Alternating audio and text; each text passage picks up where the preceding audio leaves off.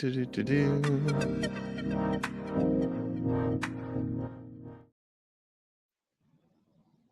What's up, everybody? Welcome back to episode 16 of ALS Matters. Today we have a pretty special guest. We have Ashley Yoder, who is the Director of Individual Giving, correct? Yes. Hi. Thanks for having me. Absolutely. Thanks for joining. What's the Director of Individual Giving? Yeah, it's a mouthful. My team and I work with our most loyal supporters here at the ALS Association to make sure that they feel their dollars are impacting the mission, they feel connected to the mission, and that they continue to renew their support because private philanthropy is really what's driving this organization and this mission. So I get to work with some of our most loyal donors. Now, is that I would assume there's kind of there's a specific individual giving director at the ALS Association, that there's also like a corporate version of you for all the corporate sponsors and things like that. Yes, exactly. We have a counterpart team on the corporate side, and sometimes we work hand in hand. Someone might be, for example, the CEO at a company, and their company starts giving to the association, and then they individually get invested, or vice Okay, versa. But yeah, there's a gotcha. whole team that works specifically with our corporate partners, and then I work with individual people or foundations, like family Okay, foundations. yeah. hmm What Yeah. brought you to the ALS Association? So I got here after losing my mother to the disease 11 years ago. I decided to leave corporate America and do something to fight back against this terrible disease. And I joined the ALS Association locally in Minnesota as a development assistant about 10 and a half years ago. Interesting. Yeah. That's a long time. I imagine you've raised a good bit of money, right, over that 12 years? I've raised a good bit of money. I've met a ton of families. I've seen a lot of changes in the ALS space. uh, Research for sure. I came in right after the Ice Bucket Challenge, so I've been really lucky to see the Oh, fruits wow. of those dollars and what Yeah. that impact has meant. So it's really cool to see the trajectory of that over 10 years. And of course, seen a lot of organizational change. And the ALS space has just changed so much since then in a positive way. Besides kind of the ice bucket challenge, what's one of the other big ones that you've seen in your time there? I would say that we've had a couple drug breakthroughs, and when we've had those come across, when you get those alerts, the whole office just celebrates. Yeah. When Radicava came through, we knew this drug had some really good key metrics in the clinical trials, and so when that was approved, it was a party. We were Yeah, I can celebrating. imagine. And that's a moment you just don't forget. And now to see some of the families that some of the patients that are taking Radicava and that they're still living is really incredible. So that's really exciting to me. Yeah, we kind of had a little party too when Calcati came out, so I could understand that. hmm How's your mom's journey through ALS kind of impacted you and your role with the ALS Association? Yeah, I would say as a young adult primary caregiver, it really built up a lot of emotional intelligence and empathy that, I had before, but I really got a deeper understanding of what it's like to caregive selflessly.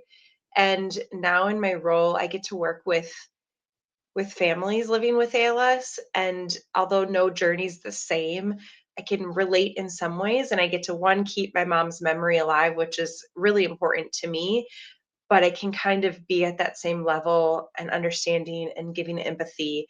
And I have to deal with that sensitivity of I'm going to ask someone for money and they might be going through this journey. So I think it's really built that emotional intelligence. And oftentimes storytelling ends with a lot of humor because Right.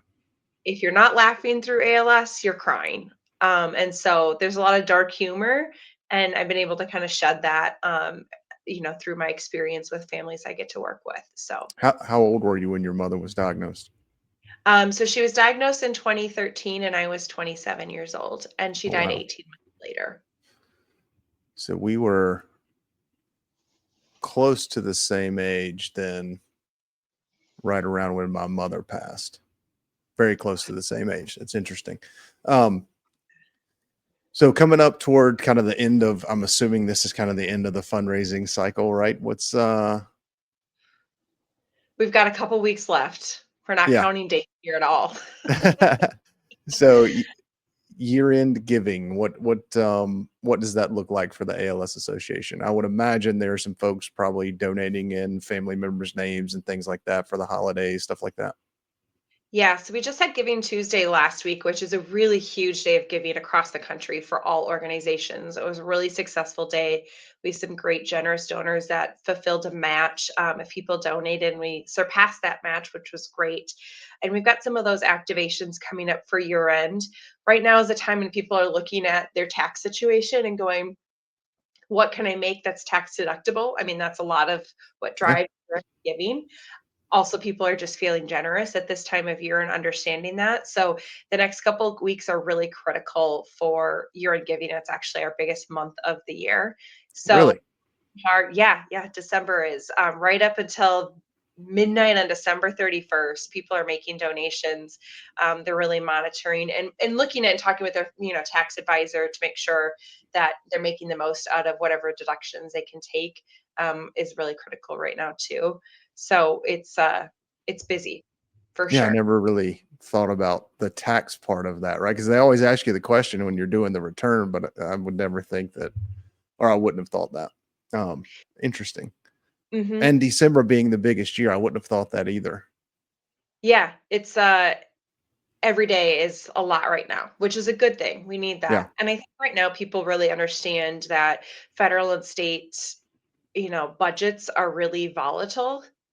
And so private philanthropy is super important to nonprofits right now because we need to make sure we can continue our mission moving forward despite what might be happening with government dollars. And right. so people are really stepping up to the plate to say we want to help and make sure that you can continue to provide care and fuel research. That's awesome. Without Mhm. naming any name, so what's one of the biggest donations you've had? Um, Is that something I you can share?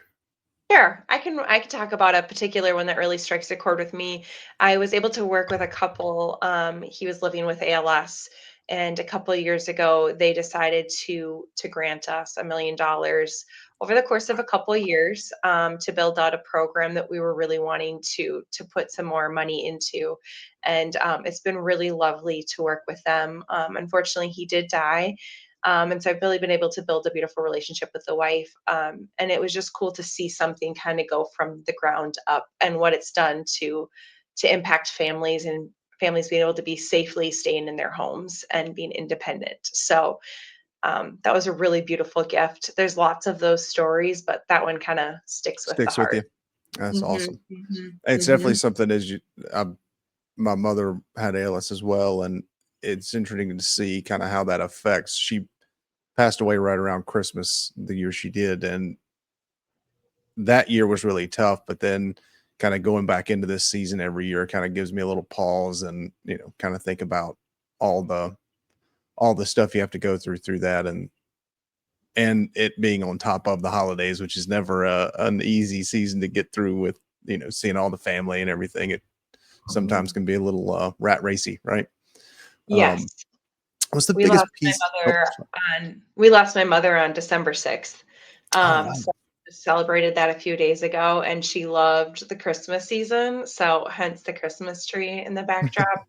Um, yeah, so it's bittersweet to celebrate that and mourn that, right? Yeah, Both feelings around this time yeah. of year. It's interesting how you have to fight kind of those two feelings at the same time, isn't it?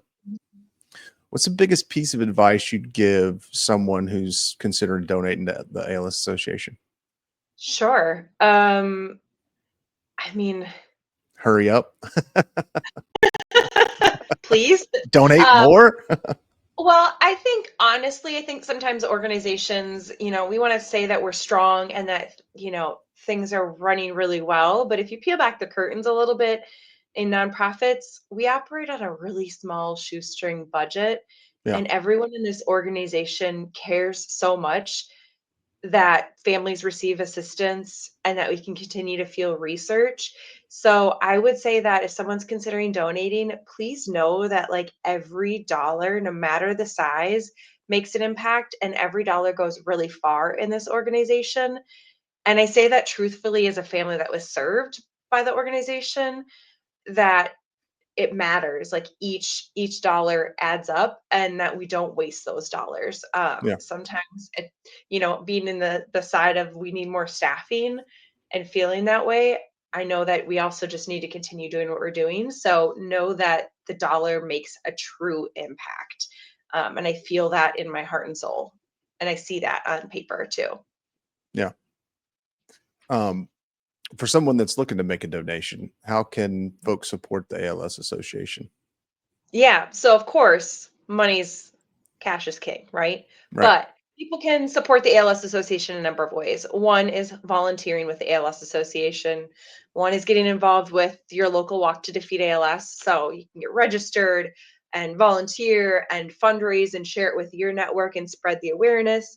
One is signing up for advocacy alerts where your voice really matters at the federal and the state and local level of raising ALS awareness. But then again, in terms of money, people can donate online with a credit card. We take cash, coins, if your kids have a piggy bank and they want to donate. Um, we take checks, we take stock donations. Oh, People can interesting. Yep, people can give from a donor advised fund. So if they've already set up a charitable gift fund, they can make a gift that way. People can actually donate assets. So if you've got a really cool vintage car that you want to sell, those types of proceeds can come to the ALS Association. People can also think about future gift planning. So they can leave a portion of their estate in the ALS Association's name.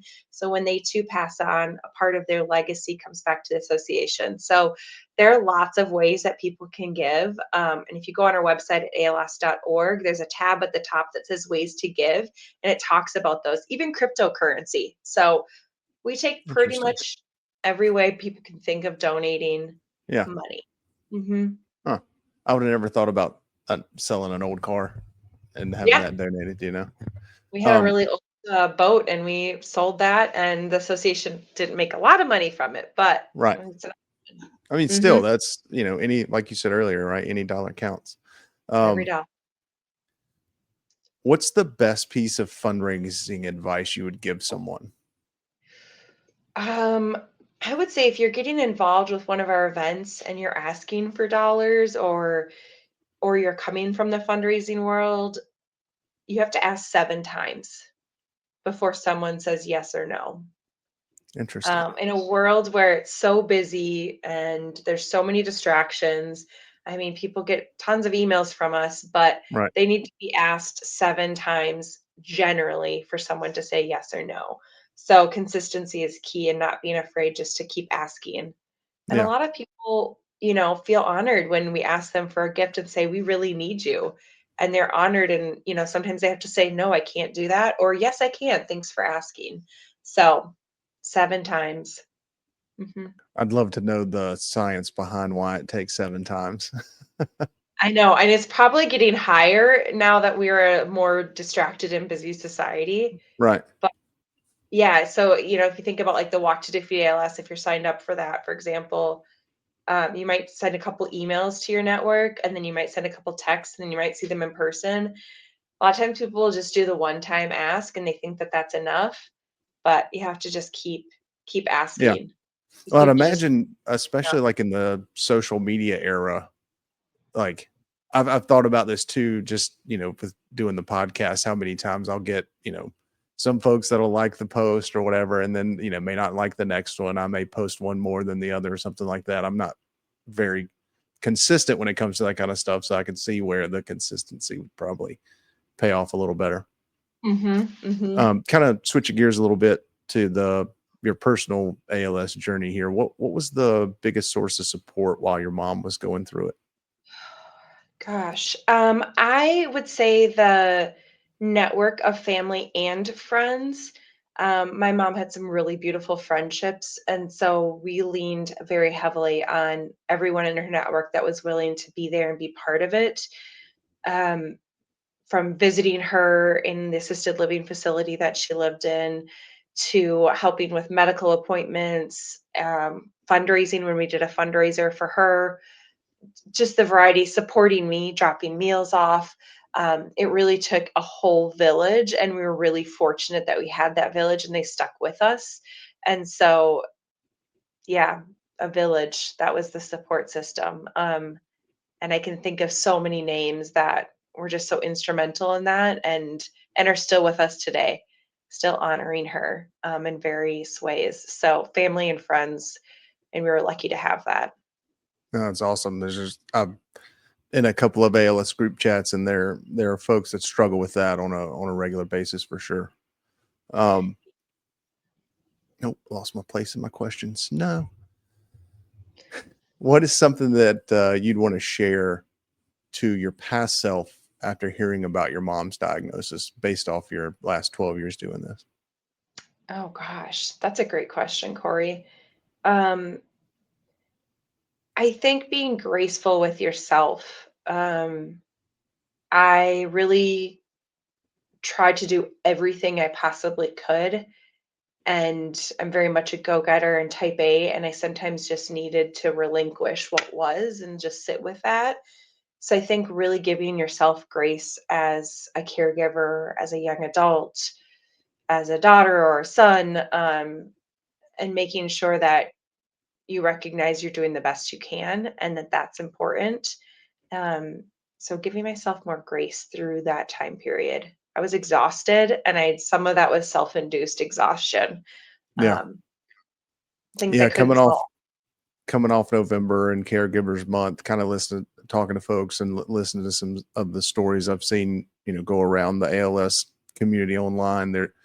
I think there is a lot of stress around that, right? I mean, I know I was not my mother's primary caregiver, but just the times I would go and help, like there can be a good bit of stress that goes with that. And you're sometimes even at your worst, that's still your best, right? Like just, hey, Mhm. you got 20% today, 20%'s the piece that I have, right? Exactly. Yeah, that's what you got. So over the last 12 years, what gives you the most hope about the future of ALS? I think the most hopeful part is that ALS is kind of on the map. While it's a rarer disease, a lot more people are having a lot more conversations about it than ever before. And I think the Ice Bucket Challenge helped put it on the map a little bit, but the awareness that's been created with a variety of celebrities having ALS, with some of our legislators really talking about it, I think ALS is now finally has a placeholder, and we just need to keep that spark alive so that we can continue to get funding for research, which is making lots of strides, but still has so far to go. ALS is such a complicated disease that I don't think it's going to be a one size fits all solution. And so it's going to be years and years of research that's going to get us to where we need to be. And I'm just really hopeful about how many more people know about the disease. I might be a little biased because I'm in the space, but I feel like you see it more in various media outlets. Yeah. And you bring it up and someone might go, "Oh yeah, that's that disease." And Yes. versus 15, 20 years ago when my mom was diagnosed, it was people had no clue. So that's what brings me hope is that people are talking about it and organizations and researchers are collaborating. The ALS Association and so many other ALS nonprofits are having these open dialogues about how do we best serve the community and how do we make this a livable disease until there is a cure. And that dialogue wasn't happening a decade ago. Yeah, for sure. Well, Ashley, thank you for your time this morning. I appreciate it. Yeah, thank you. I appreciate it. It's Um, good chatting with you. yeah, absolutely. For anyone watching, if you want to go donate, hit up the ALS Association website, sell your vintage car, um, Perfect. like, subscribe, click all the buttons, do all the things. And thanks for watching episode 16. Thank you.